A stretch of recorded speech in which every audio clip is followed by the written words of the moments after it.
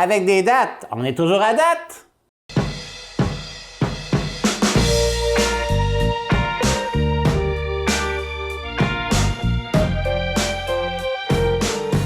Cette semaine, on parle des dattes. Les dattes, ce fameux fruit séché que tout le monde connaît. Tout le monde a déjà mangé des carreaux dattes.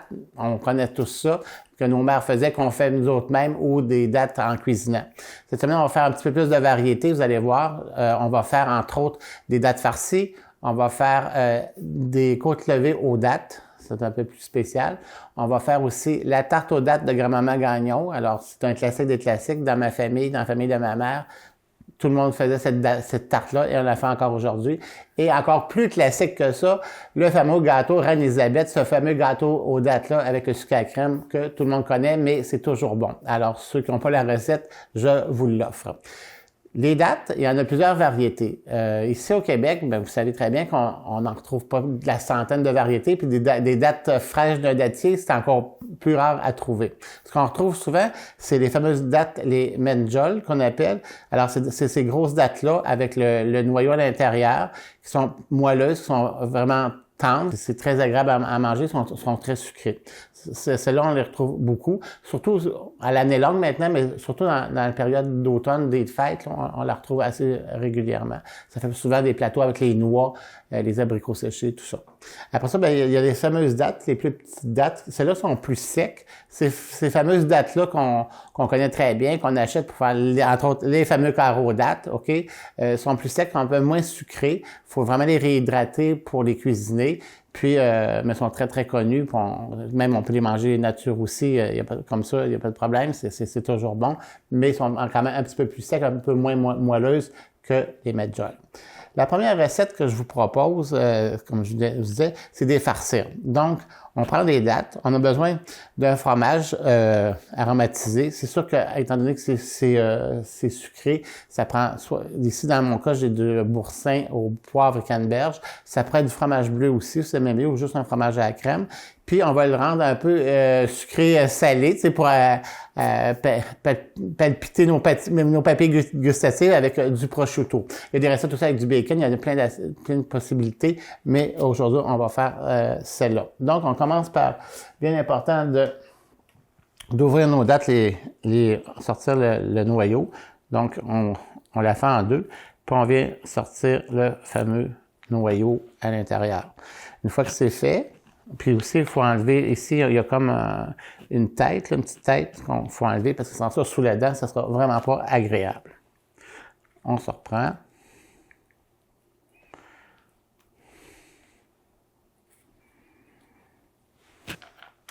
On voit qu'ils sont très moelleuses, crémeuses presque, là. C'est ce qu'on veut comparativement à si je prends une date... on va l'appeler la date à carreaux date, celle-là, là, où on voit qu'à l'intérieur, c'est quand même plus sec, elle est moins épaisse que celle-là ici, là. Moins grosse, c'est sûr, mais moins épaisse aussi. OK? Donc, ce qu'on veut, c'est celle-là. Vraiment pas compliqué, vous pouvez les préparer d'avance. Donc, on vient prendre du fromage et puis on vient remplir la cavité à l'intérieur. Peu importe le fromage, ça peut être du bleu, si vous aimez le bleu, ça peut être excellent, là. On vient refermer ça un petit peu.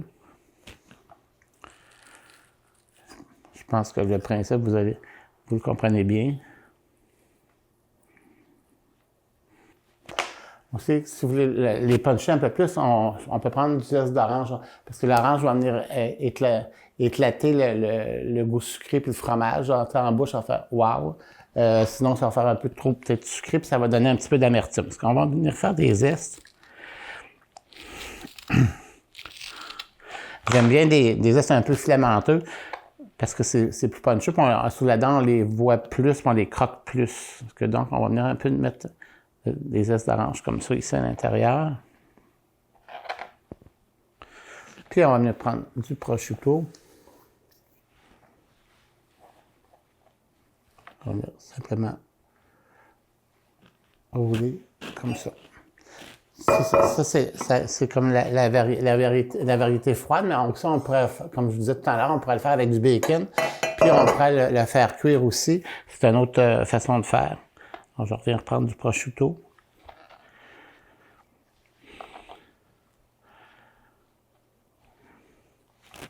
Alors, cette recette-là est quand même facile à faire, facile à réaliser. On peut la faire à l'avance, on la met au frigo, puis quand la visite arrive ou qu'on est prêt à déguster entre nous autres, ben à la maison, ben on en mange, puis il n'y a pas de problème. Maintenant, on va faire une recette un petit peu plus inusitée, un peu moins habituelle qu'on a l'habitude de voir avec les dattes, comme je vous disais auparavant. C'est des fameuses côtes levées avec des dattes. On essaye ça, vous allez voir, ça va être super bon. Je vous le jure. Pour faire les côtes levées, ben pas compliqué. Évidemment, ça va nous prendre des côtes levées. Moi, je privilégie toujours des côtes levées de dos. Parce que ceux de flanc, ils sont moins charnus en viande. OK? Ils sont plus en gras, j'allais dire en tiraille, là. OK, si vous voulez. Tandis que celles de dos sont plus charnues, sont plus viandeuses, sont plus épaisses aussi. Moi, je prends ces côtes levées-là. Pour ce qui est de la sauce, ben évidemment, ça va nous prendre des dattes. Ça va nous prendre du miel, ça va nous prendre de la sauce chili, le côté un peu barbecue, ça va nous prendre du gingembre, du vinaigre, OK? Recette pas vraiment compliquée. Et évidemment, des bleuets. Ça, c'est le petit punch, la petite surprise dans la recette. Vous prenez les côtes levées, vous mettez un oignon, là, je peux le déplucher. On met un oignon, on met de l'eau froide, on couvre avec une feuille de papier d'aluminium comme ça. Et on fait cuire ça au four pendant environ 3 heures à 350. Ça dépend toujours de la grosseur des côtes, mais plus ou moins 3 à 4 heures de cuisson. Donc, au bout de 3 heures, ben ça fait ça ici.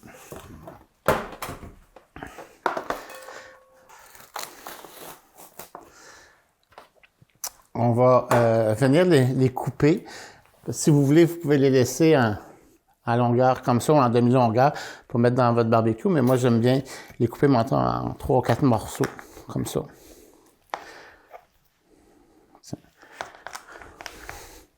Pour ce qui est de la sauce, vous n'oubliez pas, hein, les recettes sont toutes inscrites sur le site, donc vous allez sur le site de la TVCBF, vous allez sur mon émission Expressément en cuisine, vous cliquez sur la rubrique Voir les recettes, et puis toutes les recettes apparaissent, puis toutes sont marquées bien détaillées et les modes de préparation. Donc, première étape, sauce chili.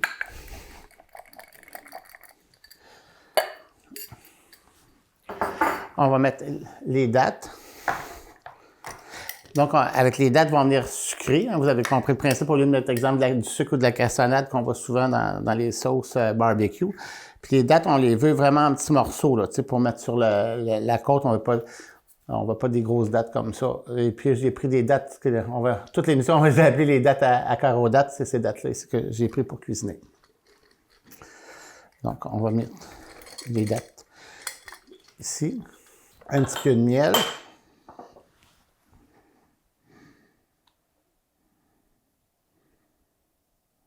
Pour le puncher, je vais venir mettre du gingembre en poudre. Ou, si vous voulez, vous pouvez le poivrer aussi. Si vous aimez mieux, ou mettre de la cayenne, ça peut être une autre possibilité. Et puis, pour venir balancer ce sucre-là que j'ai mis avec la sauce chili qui est quand même un peu vinaigrée, je vais venir puncher avec le vinaigre. C'est ça. On mêle tout ça.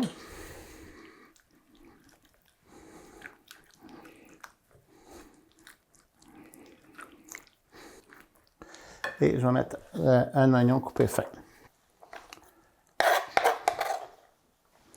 J'ai essayé de ne pas trop respirer pour ne pas me faire pleurer en coupant un oignon. Donc, on vient mêler tout ça.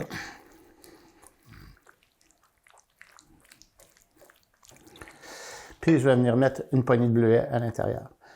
Les bleuets, ou deux. Le bleuet en cuisant va se liquéfier, donc ça va allonger un petit peu la sauce, puis ça va lui donner aussi un goût fruité aux côtes levées. Bon, je vais venir prendre une plaque avec un papier parchemin. Comme ça, je vais me prendre mes côtes, puis je vais venir les enduire de la sauce.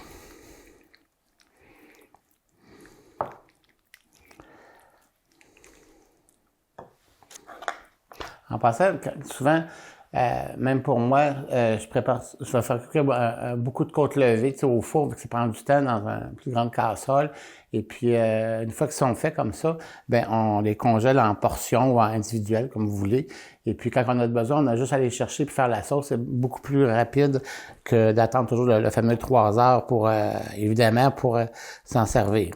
C'est un petit truc, là, ou pas un truc, mais c'est plus une façon de faire que je fais régulièrement.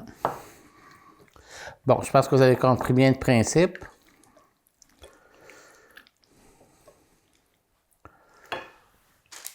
Que maintenant, il s'agit juste de les envoyer au four à environ 400 degrés. Si vous avez un four à convection, tant mieux, ça va griller plus vite. Donc, vous envoyez ça à convection roast, 400 degrés.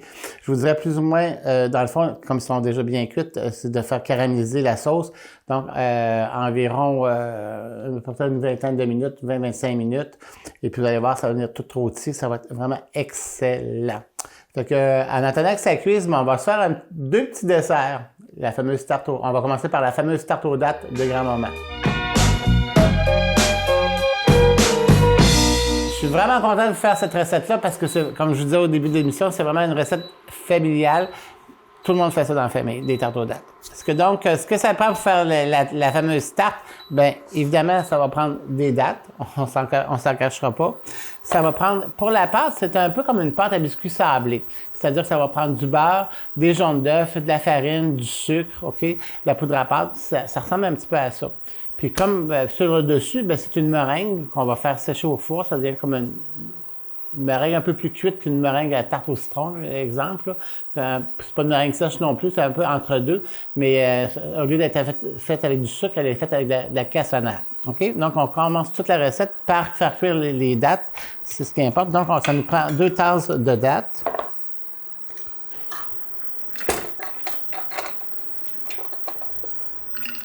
Finalement, c'est la même affaire que quand on fait des carreaux aux dattes, là.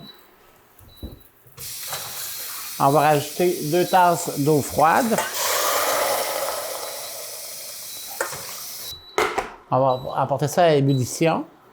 Puis, on va faire réhydrater les dattes pour en faire comme une purée. Donc, ce qui va aller dans le milieu de la garniture, ça va être cette préparation-là. Jadis, je vais vous avouer, si vous préférez, vous pouvez le faire. Et rajouter de la cassonade là-dedans. Moi, je trouve que c'est amplement sucré comme ça. Déjà, avec la meringue à la cassonade, c'est sucré. Donc, je ne sucre plus cette préparation-là, autant pour les carreaux aux dattes que pour la tarte aux dattes quand je l'ai fait, moi aussi. Mais ça, bien à vous, si vous avez encore plus sucré, ben allez-y allègrement, ne vous gênez pas. Donc, on va porter ça en ébullition.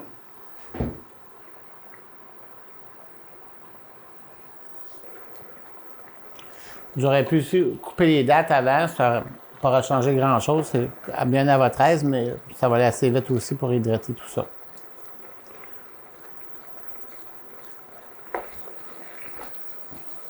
Donc, on voit que nos dattes réhydratent, on sent qu'il y a le crémeux qui se développe, on sent moins le fruit entier, le fruit séché, on sent plus le côté garniture crémeuse, c'est ça qu'on doit y arriver. Donc, nos dattes seraient prêtes. Donc, on va arrêter ça. On va les laisser tiédir comme ça. Puis, on voit que ça nous fait une belle purée de dattes. On arrête. On met ça de côté. Pour la pâte à biscuits, donc, ça va nous prendre du beurre, des œufs, du sucre, de la farine, et puis de la poudre à pâte et un peu de sel. On va commencer par mettre 2 jaunes d'œufs dans notre malaxeur.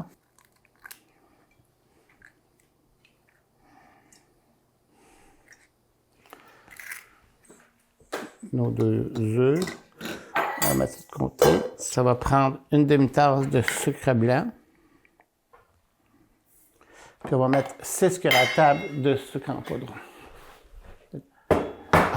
Non, pas de sucre en poudre, mais de beurre.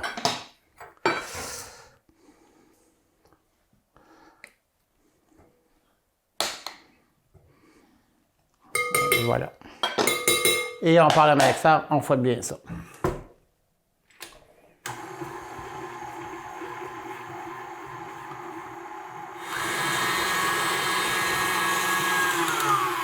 une fois comme ça que notre mélange d'œufs, sucre et beurre est bien mélangé onctueux, là, on voit que ça, on va venir préparer notre farine. Donc, ça nous prend une tasse et demie de farine. Et on va mettre une cuillère à thé de poudre à pâte et une pincée de sel. Si je la prépare ici, c'est parce que je veux vraiment que la poudre à pâte soit vraiment uniforme à travers toute la farine, un peu. Partout, ça ne nous donne rien de la tamiser parce que avec la pâte, on va l'écraser avec les doigts. Donc, on va enlever l'air qu'on a mis au départ. Donc, ça ne donne absolument rien. Mais on veut que la poudre à pâte soit bien répartie partout pour que la croûte lève bien. Donc, à partir de là, on va venir rajouter. Ça va faire comme de la pâte à biscuit, des sablés dans le fond là, au beurre. Donc, vous allez voir, ça va faire comme un peu sèche, là, mais...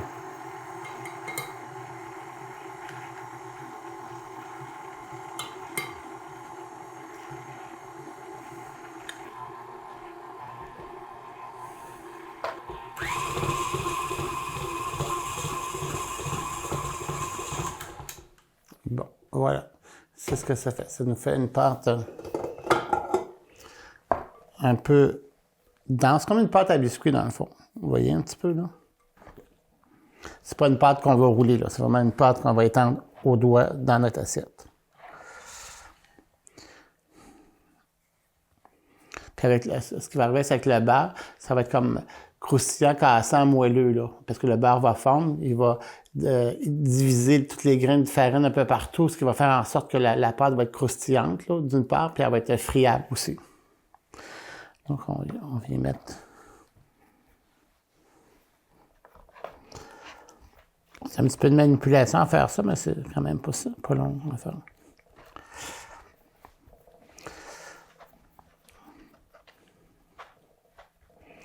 Donc, on peut voir le rebord de la tarte, ça nous fait plus ou moins, normalement, un quart de pouce de pâte à peu près partout, là, pour vous donner une idée, jusqu'où qu'on doit aller. Puis ici, ben, en pressant ça, ben, ça fait, comme je vous expliquais, ça fait le tour, l'oblique, la partie du centre moins épaisse, c'est ce qu'on veut.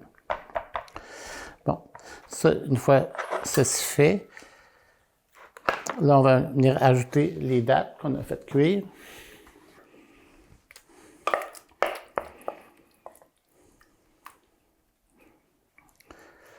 OK.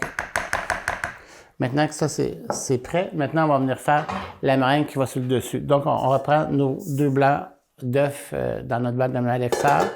Cette fois-là, non pas avec le crochet, mais avec le fouet, je vais venir monter les blancs d'œufs en neige.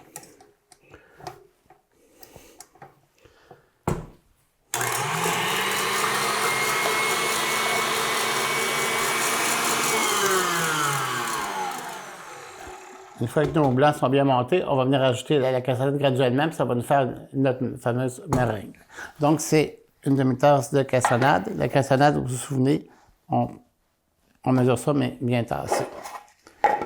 Donc, je vais venir rajouter la cassonade et on repart le four.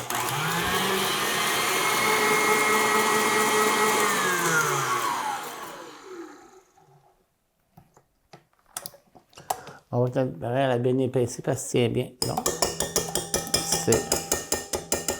elle est prête. Délicieux.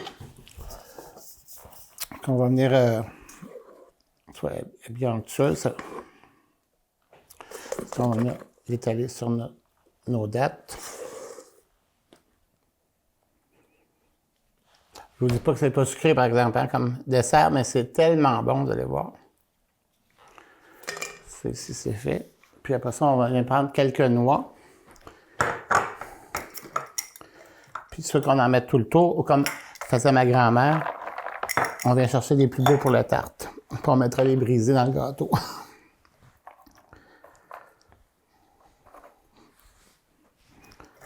Tarte est prête. Maintenant, il faut la faire cuire. Donc, on la passe à bec, non pas à convection, parce que si on la met à convection, la meringue va trop cuire, va sécher, puis c'est pas ça qu'on veut. On veut qu'elle va sécher un peu, mais elle va rester quand même moelleuse. Parce qu'on envoie toute la tarte comme ça à 350 je vous dirais, dépendamment des fourneaux, en plus ou moins 25 à 30 minutes. OK? Donc, j'envoie ça au four et puis magie. 25 à 30 minutes plus tard, ben, ça nous fait cette belle tarte-là ici. OK? Toujours délicieux. On voit que le fond a bien cuit. Je ne sais pas si on peut voir, il est bien doré. Puis notre tarte aussi. Puis la meringue, elle a comme le sucre quand même séché un petit peu, mais il demeure pas moins que la meringue reste moelleuse. C'est vraiment délicieux. Vous allez voir, tout à l'heure, on va en séparer pour y goûter. Maintenant, on fait quoi? Bien évidemment, le fameux Reine-Élisabeth, le gâteau aux dattes, le classique des classiques. On commence notre gâteau Reine-Élisabeth. Ben, Reine-Élisabeth, on va dire gâteau aux dattes parce que, je vais dire, honnêtement, entre nous autres, je ferai pas le glaçage avec les coconuts sur le dessus. Je vais faire un sucre à la crème à la place, vous allez voir, ça va être aussi bon. Ça va être différent un peu, mais c'est quand même, le gâteau reste toujours notre classique avec les dattes. Ce que ça prend pour faire le gâteau, évidemment, des dattes. Ça va nous prendre du sucre, de la farine, de la poudre à pâte, du soda, des œufs, du beurre, vraiment le classique des classiques. Puis le sucre à crème, bien évidemment, cassonade, sucre et crème. On va commencer par faire cuire nos dattes. Donc, ça nous prend une tasse de dattes. Le même principe que pour la tarte aux dattes. On va ouvrir ça ici.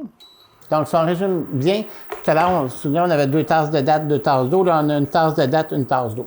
Ça va toujours la même quantité de dattes que d'eau. Puis, on va porter ça à ébullition et on va faire cuire ça.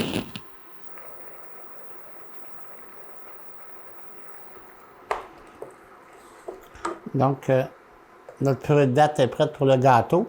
C'est fait. Oubliez pas hein, de prendre toujours des dattes dénoyautées. Là. J'ai oublié de vous le dire au début, mais c'est encore une évidence. Les dattes, normalement, qu'on sert pour cuisiner sont toujours dénoyautées, mais c'est une nécessité. On met ça de côté, puis on va commencer notre gâteau. Alors, ça va nous prendre un quart de tasse dans notre malaxeur. On va mettre 3 quarts de tasse de sucre. Plus un œuf. Et on va mettre ça ensemble pour le rendre crémeux.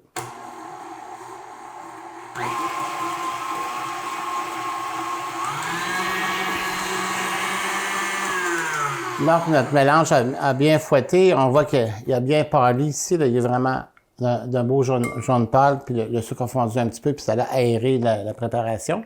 On va préparer nos ingrédients secs avec la farine. Donc, ça prend une tasse et demie de farine. Une tasse.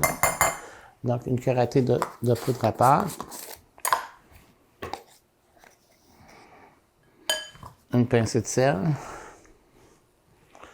Et puis du soda. Souvent, dans les préparations de gâteaux avec des fruits, ça avait remarqué, ou des pains aux bananes, ça, ou peu importe le pain gâteau, avec les dattes, comme c'est une pâte qui est alourdie par les fruits, souvent on met du soda, parce que le soda, avec l'effet du soda avec un acide dans la préparation, ça va faire une effervescence. Donc le gâteau va, malgré qu'il y a de la poudre à pâte, va être encore plus en mesure de se lever, parce que vous savez, du soda dans un milieu liquide avec un acide, ça fait des bulles, ça fait de l'effervescence. Donc, c'est pour ça souvent on rajoute du soda dans ces genres de gâteaux-là. Donc, on met une demi-cuillerée de soda. Puis, j'ai mélangé tout ça à part, pour la même raison, parce que je veux que ce soit un peu partout égal à travers la masse de farine. Puis, on n'a pas besoin de la tamiser, parce que c'est des gâteaux lourds qui donnent...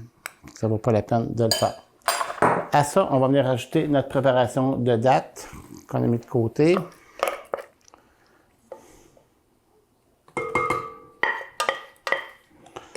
Voilà. On va venir mélanger un petit peu, comme ça on va ajouter notre farine.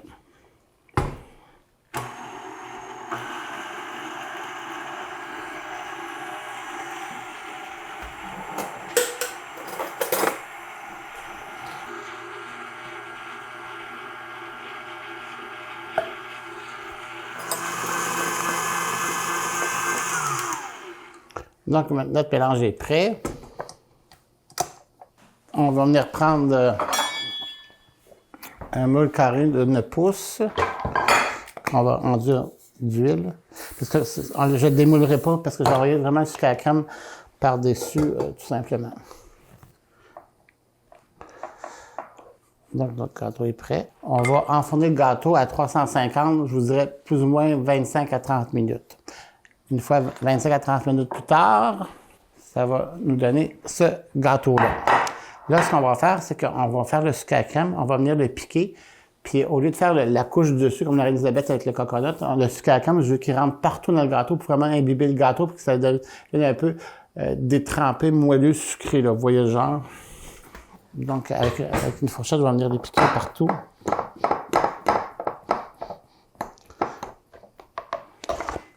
Puis, on prépare notre sucre à crème. Ça va nous prendre une tasse et demie de cassonade, une tasse et demie de sucre et 2 tasses de crème parce que je veux que ça soit un petit peu plus liquide pour que ça absorbe tout, pour que ça rentre facilement dans le gâteau. Sinon, s'il est trop épais, ça ne marchera pas.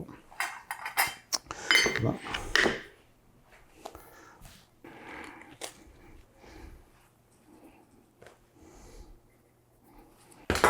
Et notre 2 tasses de crème.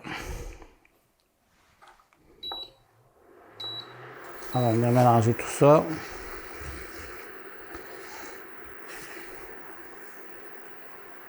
Mais on va juste le faire bouillir peut-être une minute ou deux, le temps que ça amalgame bien tous les ingrédients et que le sucre fonde. Mais je ne veux pas arriver à une texture de sucre à crème ni monter trop la cuisson pour que ça durcisse. Je veux vraiment que ça reste comme une sauce, si vous voulez, là.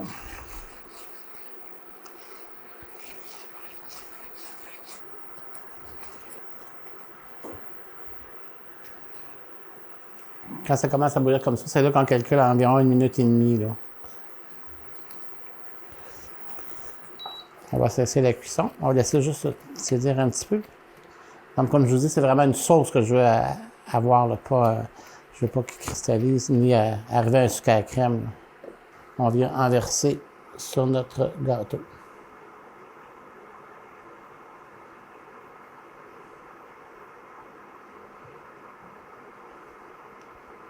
Peut-être qu'il faudra verser tranquillement le temps que ça pénètre dans le gâteau, là.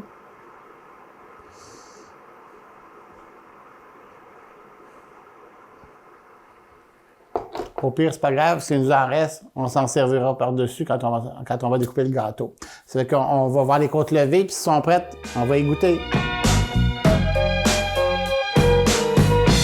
Bon, on va mettre c'est le cas de dire, on va mettre à date nos recettes de cette semaine. On va faire un petit résumé. Donc, au début, on a fait nos dattes farcies avec notre fromage canneberge et poivre avec les petits zestes d'orange. Après ça, on a fait nos côtes levées. Et les côtes levées, vous allez voir, le dessus, il est vraiment croustillant. C'est épais, croustillant, mais regardez, sont toutes tendres, les côtes, là, sont vraiment délicieuses. OK? C'est tout moelleux, puis il y a le côté un peu croustillant. Puis la date vient sucrer un peu. Vous allez voir, c'est vraiment délicieux. Une belle petite recette, même pour le mettre sur le barbecue, vous allez voir, vous allez adorer ça. Après ça, on a fait notre fameuse tarte aux dattes, on s'en souvient. Bien jolie, bien dorée. Donc, un beau souvenir de grand-maman Gagnon. Et puis, le fameux gâteau Reine-Élisabeth, noyé de sucre à crème. J'ai mis le sucre à crème graduellement, un petit peu, tant que le gâteau, vous pouvez en boire. Donc, on voit qu'il est bien garni de sucre à crème. Là-dessus, je vous souhaite, à votre tour de vous mettre à date. Ça fait que bonne cuisine. À la prochaine!